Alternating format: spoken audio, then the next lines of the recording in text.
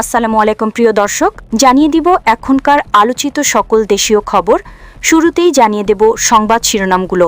সাদ্দামের পরিণতি যেন আর কোনো কর্মীর কপালে না ঘটে, বললেন রুমিন ফারহানা। জামাতে নায়েবে আমিরের বক্তব্যে তীব্র প্রতিক্রিয়া ইসলামী আন্দোলনের। জানাবো পোস্টাল ব্যালট ডাকাতি হতে দেখা যাচ্ছে, বললেন তারেক রহমান। এবং সর্বশেষ জানাবো ভালুকায় বিএনপির স্বতন্ত্র প্রার্থীর সমর্থকদের সংঘর্ষ, ভাঙচুর, অগ্নিসংযোগ। প্রিয় দর্শক, এতক্ষণ দেখছিলেন সংবাদ শিরোনামগুলো, এখন জানাবো বিস্তারিত খবর।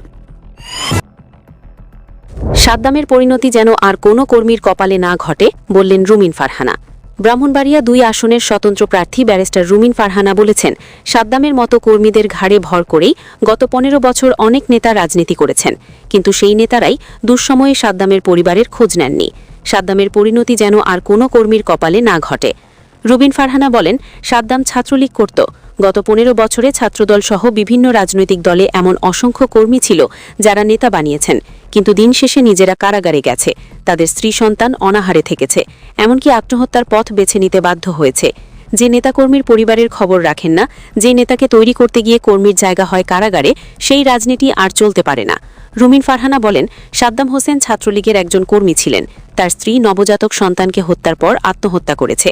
সাদ্দাম যখন কারাগারে, এমন কোনো নেতা ছিল না যে একদিনের জন্য তাকে প্যারোলে বের করে আনবেন। স্ত্রী ও সন্তানের লাশ কারাগারে নেওয়ার পর মাত্র ৫ মিনিট দেখার সুযোগ পেয়েছেন। তিনি অভিযোগ করেন, গত ১৫ বছর বিএনপির বড় বড় কুতুবদের মোবাইল ফোন বন্ধ ছিল, নম্বর ছিল বিদেশি, কর্মীরা সেই নম্বর জানতেন না, তখন তারা আমাকে পেয়েছে, তাই নেতা বাঁচার সময় সাবধান হন। জামায়াতের নায়েবে আমিরের বক্তব্যে তীব্র প্রতিক্রিয়া ইসলামী আন্দোলনের। জামায়াতে ইসলামীর সিনিয়র নায়েবে আমির ড আবদুল্লাহ মোহাম্মদ তাহেরের একটি বক্তব্যকে কেন্দ্র করে তীব্র প্রতিক্রিয়া জানিয়েছে ইসলামী আন্দোলন বাংলাদেশ। দলটির যুগ্ম মহাসচিব ও দলীয় মুখপত্র মাওলানা গাজী আতাউর রহমান এক বিবৃতিতে এ প্রতিক্রিয়া জানান।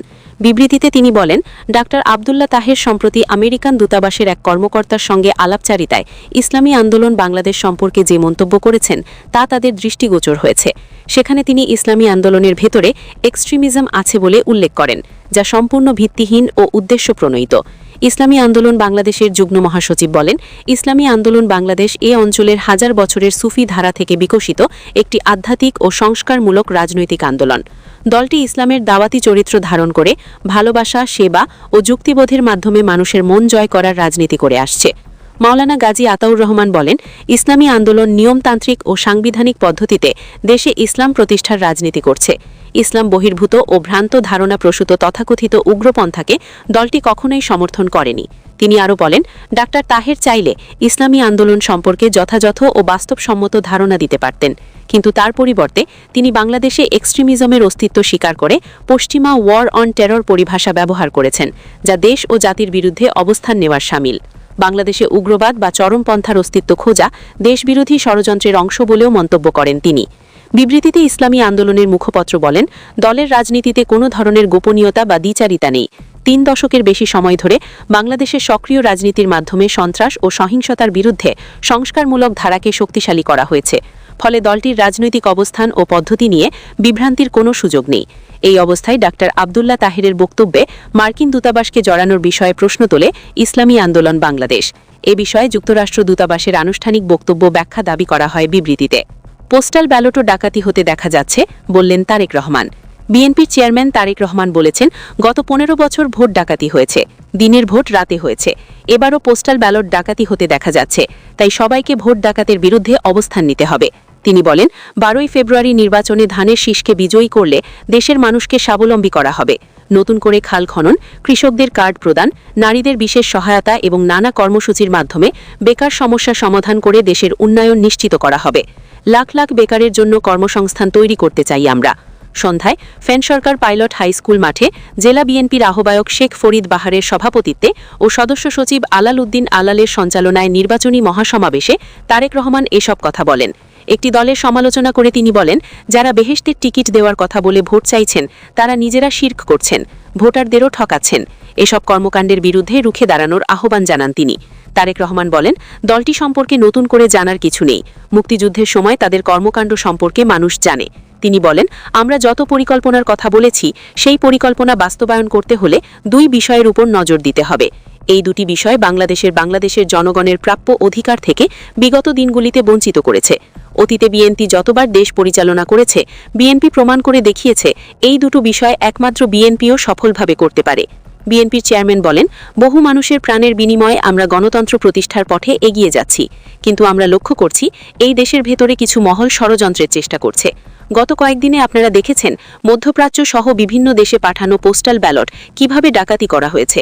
তারেক রহমান বলেন, জনগণ যদি বিএনপির পাশে থাকে আগামী দিনেও আমরা কঠোর হাতে আইন শৃঙ্খলা নিয়ন্ত্রণ করব, যেন দেশের সাধারণ মানুষ নির্বিঘ্নে জীবিকা নির্বাহ করতে পারেন। তিনি বলেন, ক্ষমতায় গেলে যে কোনো মূল্যে বিএনপি সরকার দুর্নীতির ত্রুটি চেপে ধরবে, এটা দেশবাসীর কাছে আমাদের অঙ্গীকার।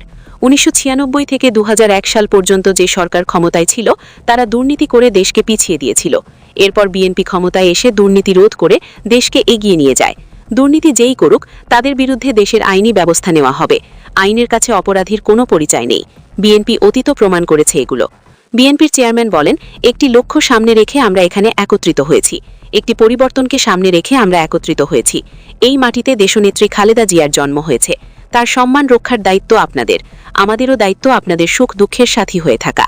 এই জেলায় রক্ত রয়েছে দেশনেত্রী খালেদা জিয়ার শরীরে। তারেক রহমান বলেন, 1971 সালে দেশ স্বাধীন হয়েছিল, সে স্বাধীনতাকে রক্ষা করেছে 2024 সালের ছাত্র জনতার আন্দোলন। বিগত 16 বছর মানুষের রাজনৈতিক, অর্থনৈতিক, বাক স্বাধীনতা ও ব্যক্তি স্বাধীনতা কেড়ে নেওয়া হয়েছিল। জনগণের সেই অধিকার ফিরিয়ে দিতে ছাত্র জনতা আন্দোলন করেছিল।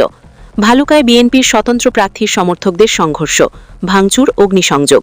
শিল্পাঞ্চল খ্যাত ময়মনসিংহ 11 সংসদীয় আসনের নির্বাচনী প্রচারণাকে কেন্দ্র করে বিএনপি প্রার্থী ফখরুদ্দিন আহমেদ বাচ্চুর সমর্থকদের সঙ্গে দল থেকে বহিষ্কৃত স্বতন্ত্র প্রার্থী মোহাম্মদ মুর্শেদ আলমের সমর্থকদের মধ্যে হামলা, ভাঙচুর ও ধাওয়া পাল্টা ধাওয়ার ঘটনা ঘটেছে।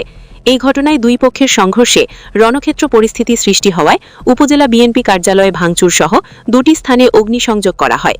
স্থানীয় সূত্র জানায়, বিকেলে উপজেলার কাছিনা ইউনিয়নে প্রচারণা করতে যায় বিএনপি থেকে বহিষ্কৃত স্বতন্ত্র প্রার্থী মোহাম্মদ মুর্শেদ আলম।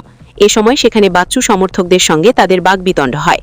এ খবরে মুর্শেদ আলমের সমর্থকরা উপজেলার বাসস্ট্যান্ড এলাকায় অবস্থিত ধানের শীষের প্রার্থী ও উপজেলা বিএনপির আহ্বায়ক ফখরুদ্দিন আহমেদ বাচ্চু দলীয় কার্যালয়ে ভাঙচুর ও হামলা চালিয়ে কমপক্ষে 5 জনকে আহত করে।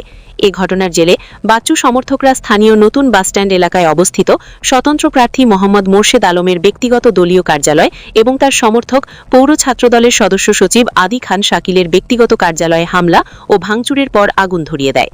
এসব ঘটনার জেরে রাত 6:45 পর্যন্ত দুই পক্ষের মধ্যে ধাওয়া পাল্টা ধাওয়া চলে বলে জানান স্থানীয় সংবাদকর্মীরা।